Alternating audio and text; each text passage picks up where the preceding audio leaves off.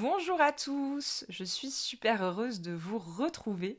Ça faisait un bout de temps, je rentre tout juste de mon périple norvégien et je suis à peine sortie de la voiture que me voilà sur l'écran avec vous. Je suis trop contente parce que c'est vrai que ce séjour a été fort en prise de conscience, en recul et j'avais vraiment à cœur de vous transmettre ce que je vais vous transmettre dans cette vidéo qui est quand même le fruit de nombreuses prises de conscience et qui a été un grand retournement. Ça fait longtemps que je le sais, mais il y a quelque chose qui s'est passé de l'ordre de ça se sent, voilà.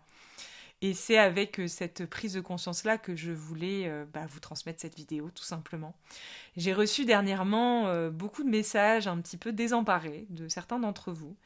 Je suis tout cœur avec vous, des personnes qui voilà, sont dans des grandes remises en question, des épreuves de vie, sont malades, sont dans des difficultés en ce moment avec des grands bouleversements, des dépressions, des remises en question, des grands doutes, des grandes vagues intérieures. Et je pense que même si tel n'est pas votre cas dans l'instant, tout le monde pourra un jour ou l'autre, à un instant de sa vie, se retrouver dans cela. Je ne sais pas pour vous, mais je ne trouve pas que la vie est très permanente, personnellement. Je la trouve plutôt très impermanente. Et c'est au cœur de cette impermanence que se joue la vie. Et justement, c'est de cela dont j'aimerais vous parler. Il y a au cœur de cette impermanence une grande souffrance qui peut arriver.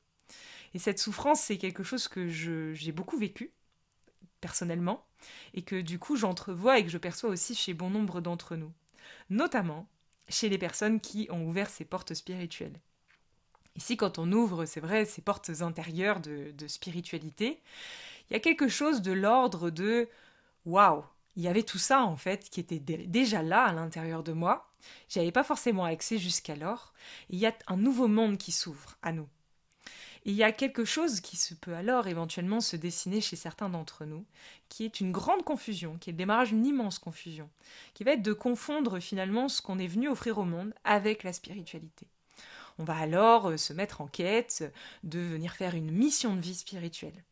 On va aussi se mettre en quête d'incarner un état d'être dit spirituel.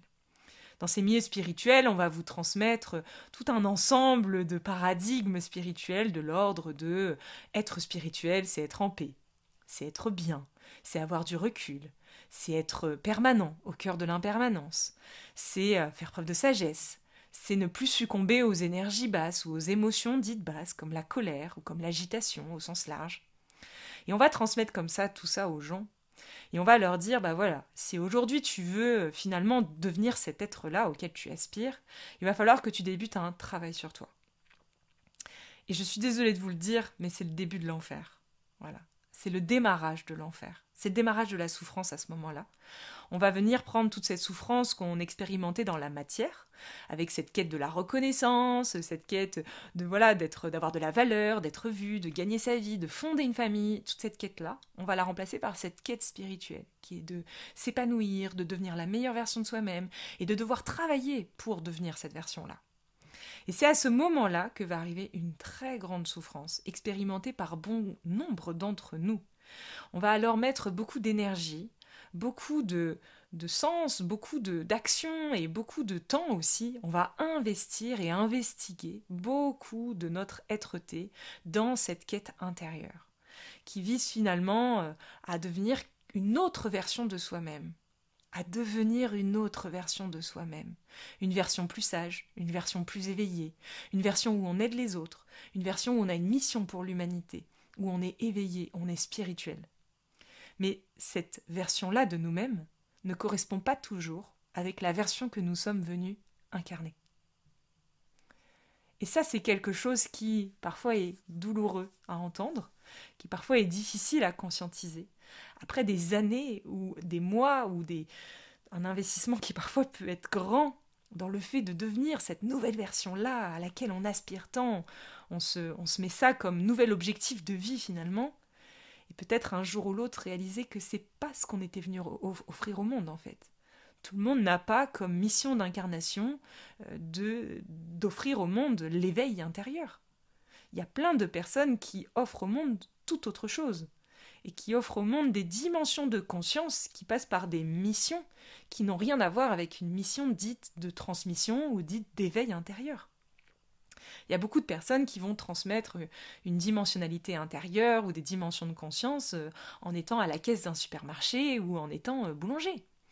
Ça n'a rien à voir avec une mission forcément de thérapeute ou de soins ou d'aide à autrui. Tout comme il y a énormément de personnes qui vont transmettre des états de conscience, des bribes de conscience dans l'énergie en incarnant certains états d'être, qui ne sont pas forcément des états d'être dits de paix ou de tranquillité. Parce que finalement, jouer un rôle de conscience, c'est aussi incarner un rôle qui va faciliter l'émergence des aspérités chez les autres. Et parfois, pour faciliter cette émergence-là, on incarne des rôles qui ne sont pas des rôles d'éveillés, mais qui sont des rôles de monsieur et madame tout le monde, où on est tout simplement normal, on est tout simplement basique, on est tout simplement tout sauf extraordinaire, on est pleinement ordinaire. Et ici, ce que je vois et ce que j'ai pu moi-même vivre, et qui est vraiment source d'une très grande souffrance intérieure, c'est de sans cesse vouloir jouer un rôle ou vouloir incarner un état d'être qui n'est pas celui que nous vivons dans l'instant. Je vais vous confier quelque chose me concernant. Ici, ça fait quelques années maintenant que je suis sur cette chaîne YouTube. Ça fait quelques années maintenant que je suis là, ici, en train de faire toutes ces vidéos. Et je peux en témoigner, puisque c'est quelque chose que je vis encore. Avant chaque vidéo, je me demande toujours pourquoi autant de personnes regardent ces vidéos. Qu'est-ce qu'il y a de si intéressant dans ces vidéos? Parce que, personnellement, pour me vivre de l'intérieur quotidiennement, je me trouve totalement ordinaire. Honnêtement, je vous le dis, complètement ordinaire. Ma vie n'est pas du tout une enquête spirituelle. Je ne médite pas, je ne fais pas spécialement du yoga, je ne suis pas très adepte de la prière, je ne prends pas des temps ou je ne fais pas des rituels dans ma vie quotidienne. Je ne travaille pas sur moi, je n'ai pas du tout envie de devenir une autre version de moi-même. Je suis comme je suis, et effectivement je ne suis pas parfaite et je ne suis pas éveillée du tout. Et je me dis sans cesse comment cela se fait qu'autant de personnes du coup regardent cette chaîne, regardent toutes ces vidéos. Et je suis tombée dans un grand panneau à un moment de ma vie, et je peux encore parfois tomber dedans aussi, parce qu'on peut vite se faire aspirer. C'est vrai que sur cette chaîne, quand on regarde les commentaires, je trouve parfois certains commentaires qui sont très éloignés de la réalité que je vis. On va dire « Waouh, Charlotte, tu es merveilleuse, tu es lumineuse, tu es un être de lumière, tu es un grand maître et on a envie de te suivre. » Mais moi, j'ai pas du tout cette sensation-là à l'intérieur de moi. J'ai pas du tout cette vocation qui m'anime d'ailleurs au plus profond de moi-même. Je sens bien que j'ai pas du tout une vocation dans l'art de la maîtrise ou dans l'art d'être un grand maître spirituel. Il y a quelque chose dans l'ordre de la transmission, dans l'ordre de retransmettre des concepts et des dimensionnalités de conscience avec simplicité, oui, ça c'est sûr, mais c'est pas parce que je les retransmets que cela fait de moi un être éveillé. Et pendant longtemps, j'ai grandement souffert de ça, vous voyez. J'ai souffert de ce grand écart entre ce qu'on projetait sur moi, qui était devenu finalement, bêtement, mon nouvel objectif, et ce que je vivais intérieurement et ce qui m'animait dans mon quotidien. Je vis une vie parfaitement ordinaire, qui est vraiment très simple. Et du coup, c'est vrai qu'il y a un écart immense entre ce que les gens projettent sur moi, et qui a pu être une source finalement d'objectifs ou de motivation intérieure, où j'ai finalement, par un moment de ma vie, je me suis perdue dans ce fait de vouloir incarner ce rôle de maître, ce rôle de, je sais pas moi, d'éveiller là aussi, où on transmet des choses et des clés universelles pour l'humanité. Mais en fait, je me rends compte aujourd'hui que ça n'a été que source d'une très grande souffrance. Parce qu'il y avait comme une distorsion, une incongruence entre le rôle que je jouais et ce que je vivais dans ma vie quotidienne. Entre des états d'être qui pouvaient me traverser dans ma vie quotidienne, qui peuvent passer par de la colère, de l'agitation, de la frustration. Parfois, je me transforme et je suis dans ma pleine humanité, dans une forme d'impermanence, comme un enfant de 3 ans, et qui finalement me mettait en décalage avec toutes ces projections qui étaient devenues mes propres projections aussi à terme. Où j'avais imaginé aussi que, pour continuer cette chaîne YouTube, il fallait que j'incarne à 100% ce que je dis, parce que sinon, c'est pas bien. Bah non, aujourd'hui, je réalise que ça, c'est source d'une très grande souffrance parce que on peut retransmettre des choses à travers soi tout en faisant preuve de vulnérabilité, d'humilité et tout simplement avoir accès à des dimensionnalités de conscience et de connaissance. De je ne sais pas trop d'où d'ailleurs, hein, je tiens quand même à vous le dire. On peut avoir accès à tout ça, on peut avoir ouvert certaines portes à l'intérieur de soi, mais rester quand même dans son humanité et dans son impermanence quotidienne. Et le jour où j'ai réalisé que ce qui me faisait souffrir dans le fond, c'était de vouloir sans cesse incarner quelque chose que je n'incarnais pas encore. Et finalement de poursuivre intérieurement quand même cette quête de vouloir devenir autre chose ou de jouer un autre rôle que celui qui était finalement qui m'était demandé, qui d'ailleurs n'a rien d'extraordinaire parce que retransmettre quelque chose n'a rien d'extraordinaire. Même si en apparence ce qui est retransmis est entre guillemets, pourrait être taxé d'extraordinaire ou taxé de dimension de conscience évoluée, c'est pas parce qu'on retransmet ça que l'on est soi-même évolué. On peut tout à fait retransmettre certaines choses en parcourant soi-même cet enseignement et toutes ces dimensionnalités-là en même temps. Et donc ici, c'est quelque chose que je veux vraiment partager aujourd'hui avec vous parce que je vois beaucoup d'êtres qui sont sans cesse en train de vouloir devenir des versions dans les missions ou dans les états d'être, d'autres versions que ce qu'ils sont en train de vivre. Et j'ai déjà remarqué dans le fond que ce qui nous fait souffrir quand on vit des choses difficiles, par exemple, je sais pas, d'un seul coup tu vis un temps de dépression, je reçois beaucoup de messages comme ça en ce moment, où des personnes manquent d'élan, n'ont plus de foi, n'ont plus de motivation, et me disent bah j'en souffre.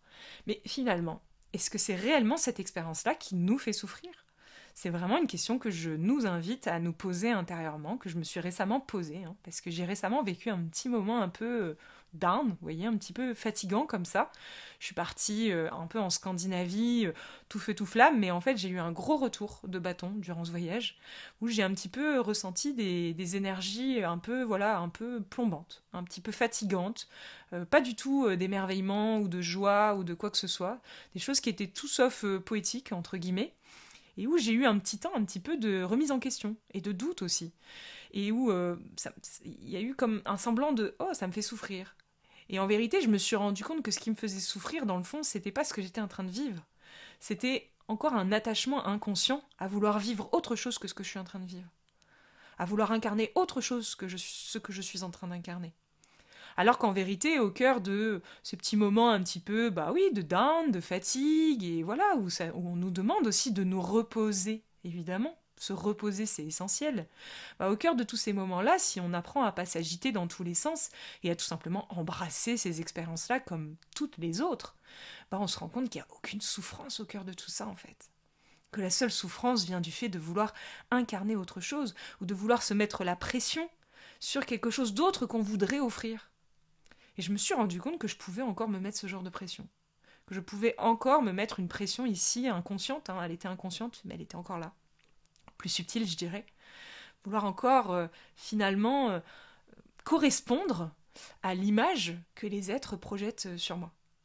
Et ici, j'ai eu une prise de conscience à ce niveau-là. Ça faisait longtemps que je le savais mentalement, mais je ne l'avais pas conscientisé pleinement. J'ai vraiment réalisé que ce que les personnes projettent sur nous, donc sur vous, sur nous, que vous soyez au travail, que vous soyez, peu importe, partout où vous allez avec votre famille, les êtres projettent sur vous des images. Ils projettent sur vous des choses. Bah, sachez que, évidemment, on le dit théoriquement, que la projection d'une personne n'est que le reflet de lui-même ou d'elle-même. On le dit théoriquement, mais c'est quelque chose vraiment qui est profond en vérité. Parce que si on réalise pleinement au plus profond de nous-mêmes que tout ce qui est projeté sur nous n'est que le reflet des êtres, en fait, c'est leur propre projection qui est reflétée sur nous-mêmes, ça n'a rien à voir avec nous, en fait. Ça a tout à voir avec les personnes qui sont en train de projeter. Mais quel soulagement ça veut dire ? Parce qu'on projette sur moi mille et une choses, tout comme je suis sûre on projette sur vous mille et une choses. Peut-être avez-vous déjà remarqué qu'on peut passer du coq à l'âne en 3 secondes et demie, en fonction de avec qui on est en train d'entretenir une discussion. Dans les yeux de certains, on est la 7e merveille du monde, et dans les yeux d'un autre, on est une grosse conne, pour parler simplement, mais c'est vrai. En tout cas, moi, c'est quelque chose que je vis, hein. C'est quelque chose que j'expérimente quotidiennement aussi, de passer de projections très lumineuses à des projections tout autres, en quelques minutes, en quelques instants. Et en fait, de se rendre compte que toutes ces projections n'ont rien à voir avec nous, ne définissent absolument pas ce que nous sommes, mais définissent ce que les autres ont besoin d'entrevoir à leur propre sujet dans l'instant, c'est extrêmement libérateur. Parce qu'on peut se perdre dans tous ces miroirs, dans tous ces jeux de projection. On peut énormément se perdre. Cela ne veut en aucun cas dire qu'il n'est pas essentiel et parfois très juste d'accueillir les projections des autres. Parce que c'est important aussi d'être en capacité d'entendre ce que les autres ont besoin d'entrevoir et ont besoin de nous dire, ont besoin de projeter sur nous. C'est important de l'entendre.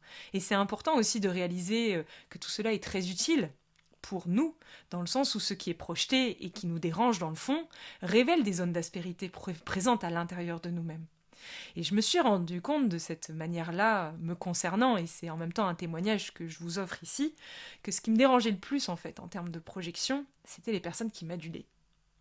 Et qu'en fait, ce qui me dérangeait dans le fond, c'était que dans toutes ces versions d'adulation, où je suis un être de lumière et un ange venu offrir un enseignement fabuleux pour l'humanité, ce qui me dérangeait dans le fond, c'était qu'on projetait sur moi quelque chose que je ne suis pas du tout, et qui pouvait devenir une source inconsciente d'identification.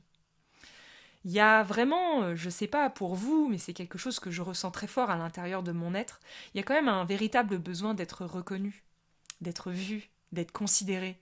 Moi, personnellement, de par mon histoire de vie, c'est évident que c'est quelque chose qui se ressent très fort. Parce que c'est sûr que quand on a été rejeté, qu'on a été mis de côté, qu'on a été un peu la 7e roue du machin pendant des années, c'est sûr qu'après, il y a besoin d'avoir cette reconnaissance, entre guillemets.